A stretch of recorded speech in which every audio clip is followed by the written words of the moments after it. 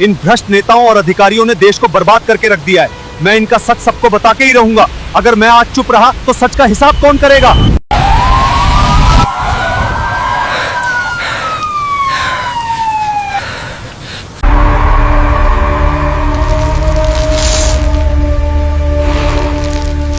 मैंने ऐसा क्या गलत काम किया है कि आप लोग मुझे लेने आए हो? ज्यादा सवाल मत पूछो। यहाँ सवाल पूछने की इजाजत नहीं है। जो है उसे मान लो। ये कैसी दुनिया है? न नीचे सवाल पूछने देते हैं न ऊपर। क्योंकि तुम एक सच्चे पत्रकार हो। चलो तुम्हें एक मौका देते हैं सवाल पूछने का।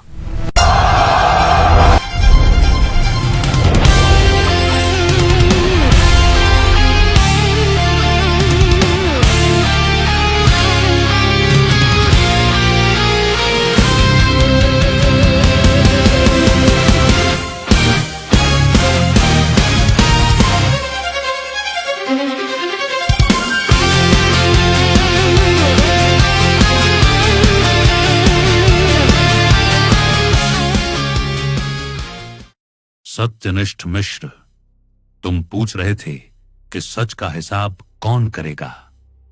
सच का हिसाब हम करेंगे। पूछो, क्या पूछना चाहते हो? यमराज जी, सबसे पहले तो मैं आपका धन्यवाद करना चाहता हूं कि आपने मुझे प्रश्न पूछने का अवसर दिया, क्योंकि मृत्यु लोक में तो प्रश्न पूछने वालों को अक्सर मार दिया जाता है। मैं सबसे पहले यह जानना चाहता हूं कि इतने बुरे कर्म करने वाले भ्रष्ट नेता और अधिकारी अपने परिवारों के साथ भोग विलास में जीवन जी रहे हैं और मुझ जैसे सच्चे व्यक्ति को मृत्यु दंड मिला। यह कैसा न्याय है यमराज जी? कर्मणो ह्यपि बोद्धव्यम, बोद्धव्यम च विकर्मणः, अकर्मणश्च बोद्धव्यम गहना कर्मणो गतिः। तुम जिन लोगों को आज बड़े आराम से जीते देखते हो, यह मत समझना कि उनका हिसाब खत्म हो गया है। बस उनकी फाइल अभी डिस्पैच नहीं हुई है। यहां न पद चलता है, यहां न पैसा चलता है, और यहां जान पहचान वाला नंबर भी आउट ऑफ कवरेज रहता है। जो सत्ता में बैठकर कानून को अपने हिसाब से मोड़ते हैं, जो निर्दोषों को सजा दिलवाकर कहते हैं सब मैनेज है, भागवत साफ कहता है उनका अगला पता सुकरमुख नरक है। यहां सिस्टम वही रहता है, प्रोसेस वही रहती है। बस फर्क इतना है कि जैसे गन्ने से रस निकाला जाता है, वैसे ही मेरे दूत उनकी अकड़ निकाल देते हैं। न भाषण बचता है, न रुतबा, न कुर्सी। इसलिए बेचैन मत हो। इस दुनिया में न्याय समय से आता है, लेकिन जब आता है तो पूरा रस निकाल कर आता है। जानकर दिल को बहुत सुकून मिला। यमराज जी, जो पुलिस वाले और सरकारी अधिकारी हर छोटे बड़े काम के लिए रिश्वत मांगते हैं और यह समझते हैं कि ऊपर से नीचे तक कमीशन परसेंटेज तय होना तो सामान्य बात है, क्या उनके लिए भी कोई प्रावधान है, या यहां भी कानून रुतबे और पैसे से बिक जाता है? जो लोग कहते हैं कि ऊपर से नीचे तक परसेंटेज तय है, उन्हें एक बात साफ समझ लेनी चाहिए। यहां उनकी बिना रिफंड के एडवांस बुकिंग हो चुकी है। यहां न वर्दी बचाती है, न कुर्सी, और न ये डायलॉग कि सिस्टम ऐसा ही है। जो पुलिस वाले और अफसर काम रोक कर रेट बताते हैं और पैसा लेकर फाइल चलाते हैं, यहां उनके लिए एक अलग प्रायोरिटी काउंटर बना हुआ है, संदंश नरक। यहां हर लिया हुआ नोट अलग अलग गिना जाता है और फिर उसी परसेंटेज में गर्म लोहे के चिमटे से उनकी सारी चालाकी धीरे धीरे उधेड़ ली जाती है। जो कल तक अकड़ कर रेट लिस्ट दिखाते थे, आज वही लोग आवाज धीमी करके कहते हैं, सर इस बार माफ कर दो, अब दोबारा गलती नहीं होगी। धन्यवाद यमराज जी, आखिर कहीं तो न्याय है। अच्छा, एक बात बताइए, जो लोग नॉनवेज खाते हैं और शराब पीते हैं और कहते हैं कि प्रोटीन के लिए है या सोशल ड्रिंकिंग है, आदत नहीं, क्या उनके लिए कोई रियायत होती है, या यहां वजह नहीं कर्म देखा जाता है? यह पशुघ्ना समान साधा।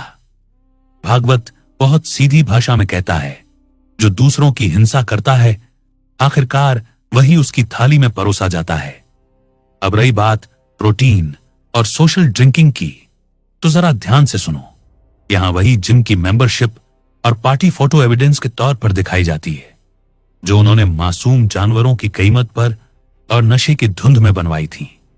जो जीभ की खुशी के लिए दूसरों की जान को डाइट प्लान और लाइफस्टाइल चॉइस कहते हैं, उनका अगला पता है कुंभी पाक। जैसे उन्होंने जानवरों को तड़पाया, वैसे ही उनके लिए यहां अलग इंतजाम है, बॉयलर भी, ग्रिलर भी, और हेल्दी ऑप्शन वालों के लिए एयर फ्रायर तक तैयार है। और जो बड़े बड़े बोलते हैं बस 2 पैक थे, वो भी सोशल। उन्हें हम आया पान, पिघला लोहा वाला पान, नर्क में उन्हें क्लोज फ्रेंड्स के साथ ट्रीट देते हैं। बस इस बार ड्रिंक्स मोल्टन आयरन की, फ्रेश फ्रॉम फर्नेस, और लिमिट वो अब हम तय करेंगे। तुम्हारा बस थोड़ा खत्म। सबसे सैवेज ट्विस्ट, यहां गर्म लोहा 100% नीट परोसा जाता है। ना पानी, ना सोडा, ना बहाना, और न ही कोई सोशल एक्सक्यूज। हम इसे फैंसी नाम देते हैं, मोल्टन आयरन ऑन रॉक्स। हा हा हा हा हा हा। अगली बार चीयर्स बोलना मत भूलना। बहुत बहुत धन्यवाद यमराज जी। सच में जैसी करनी वैसी भरनी। मैं एक बात और समझना चाहता हूं। आज मृत्युलोक में चोरी ठगी आम बात हो गई है। ऑनलाइन स्कैमर खुद को बहुत चालाक समझते हैं। उन्हें लगता है कि उनका कोई कुछ बिगाड़ नहीं सकता। और जब पीड़ित लोग पुलिस के पास न्याय मांगने जाते हैं तो अक्सर जवाब मिलता है, अरे ध्यान रखना चाहिए था ना, कुछ अपडेट होगा तो बता देंगे। और वह अपडेट कभी नहीं आता। क्या यहां उन लोगों का भी हिसाब होता है, या चालाकी सच में सजा से बचा लेती है? परद्रव्यम परस्त्री च परपुत्रम चयो हरित स्तामिश्रे महानरके पतति यमदूतैसा। शास्त्र कहते हैं, जो दूसरों का धन, स्त्री या पुत्र हड़पता है, वह यमदूतों द्वारा कालपाश से बांधकर तामिश्र महानर्क में गिरा दिया जाता है। तो रही बात इन ऑनलाइन स्कैमर भाइयों की, ये लोमड़ी जैसे इंसान सोचते हैं यूपीआई ट्रिक से सब सेट हो जाएगा, लेकिन इनके लिए तामिश्र नर्क में आधार लिंक्ड ओटीपी रजिस्ट्रेशन हो चुका है। यहां न तो सिम ब्लॉक करके बचाव हो सकता है, न मल्टीपल अकाउंट बनाकर कोई चक्कर चल सकता है, और न ही कोई भाई रिफंड कर दो वाला ड्रामा चलता है। मेरे दूत बिना ओटीपी भेजे ही इनकी बोटी बोटी तोड़ देते हैं। यहां लाठी, मुगदर और लोहे की चद्दर से जमकर पिटाई होती है। ये चोर बार बार बेहोश हो जाते हैं, फिर होश आता है और फिर धुनाई शुरू हो जाती है। यह यातना तब तक चलती है जब तक पाप का पूरा बिल क्लियर ना हो जाए। फिर अगली योनि या अगला नर्क, वेलकम टू नेक्स्ट राउंड।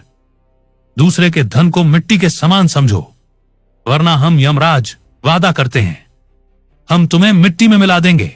धन्यवाद यमराज जी। ये सब सुनकर मन को गहरी शांति मिली। अब मैं एक अत्यंत पीड़ादायक प्रश्न पूछना चाहता हूं।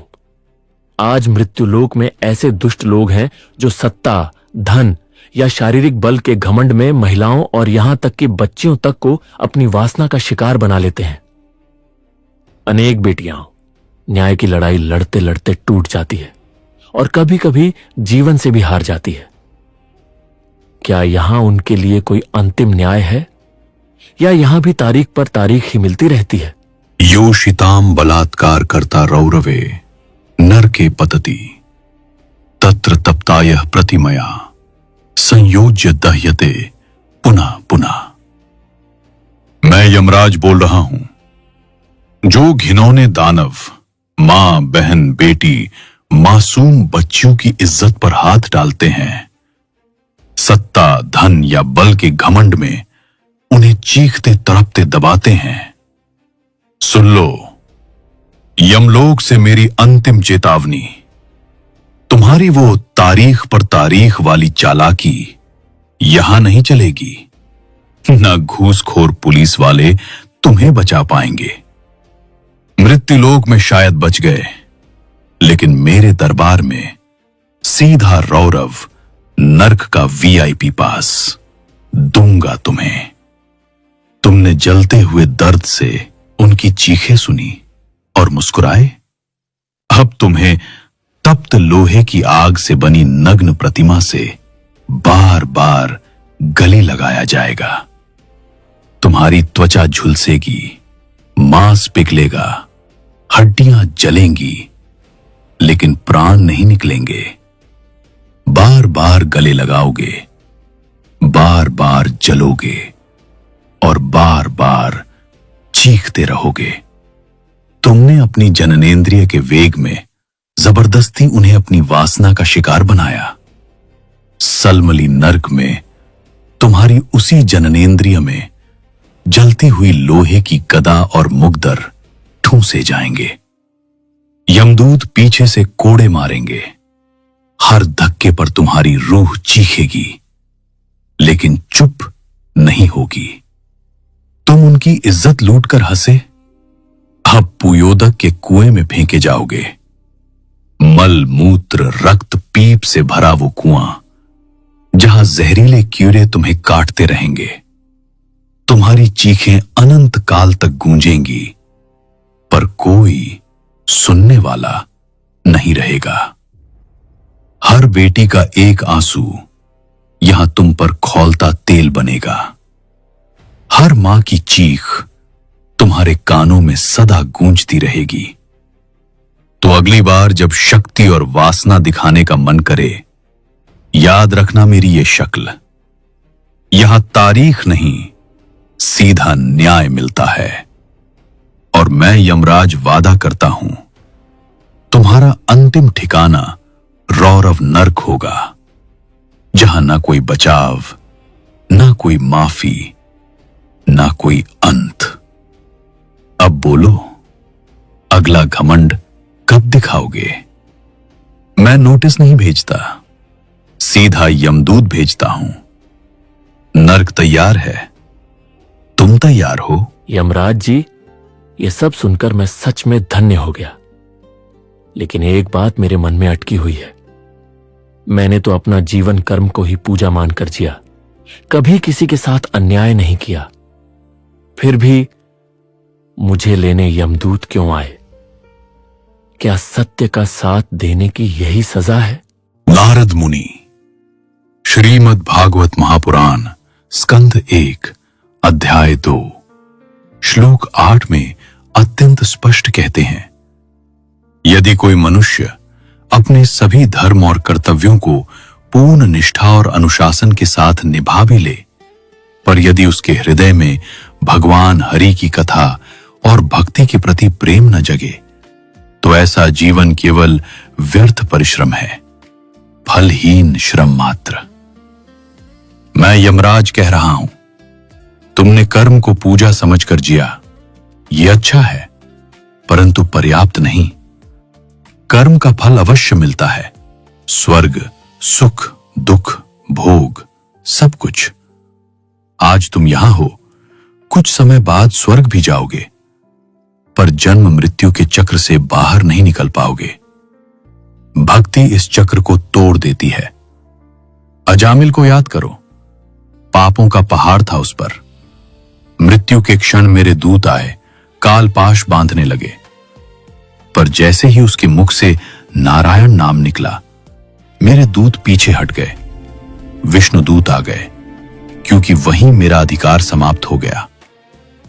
मैंने अपने दूतों को स्पष्ट आदेश दे रखा है, जो व्यक्ति निष्कपट भाव से भगवान का नाम जपता, सुनता या स्मरण करता है, वो मेरे अधीन नहीं रहता। यदि उससे अज्ञानवश कोई पाप भी हो जाए, तो भी हरि का नाम उसकी रक्षा करता है। जो भक्ति से रहित है, वो चाहे कितना ही विद्वान क्यों ना हो, मेरे लोक में बुलाया जा सकता है। पर जो हरि के नाम में आश्रय ले ले, वो मुक्त हो जाता है। अब निर्णय तुम्हारा है, कर्म का फल भोगते रहो या हरि की भक्ति में प्रवेश करके इस चक्र को सदा के लिए तोड़ दो। मैं यमराज हूं, न्याय का अधिकारी, पर भगवान श्री हरि के नाम के आगे मैं भी नतमस्तक हूं। और आश्चर्य की बात यह है, श्रीला प्रभुपाद ने इस संसार में 108 से भी अधिक मंदिर स्थापित किए, ताकि आने वाले 10,000 वर्षों तक जीवात्माएं भगवत धाम का मार्ग पा सकें। फिर भी तुमने हरे कृष्ण महामंत्र का जप नहीं किया। यह तुम्हारा दुर्भाग्य है सत्यनिष्ठ। हरे कृष्ण कृष्ण कृष्ण हरे हरे, हरे राम राम राम हरे हरे। श्रीला प्रभुपाद, कृपा कीजिए, मुझे बचा लीजिए।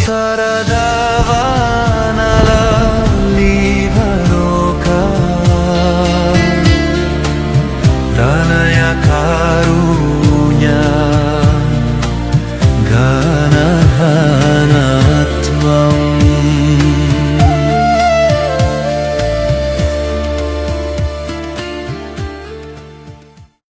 जिसकी जिह्वा पर हरि का नाम आ गया, वो मेरे अधिकार में नहीं रहता। सत्यनिष्ठ, नरक अब तुम्हारा स्थान नहीं है। शीला प्रभुपाद तुम्हें लेने आ गए हैं। जाओ, तुम्हारा मार्ग अब भगवत धाम की ओर है। यमराज जी, आज समझ आया कि न्याय केवल दंड नहीं होता, कभी कभी वो कृपा बनकर आता है। आपका बहुत बहुत धन्यवाद।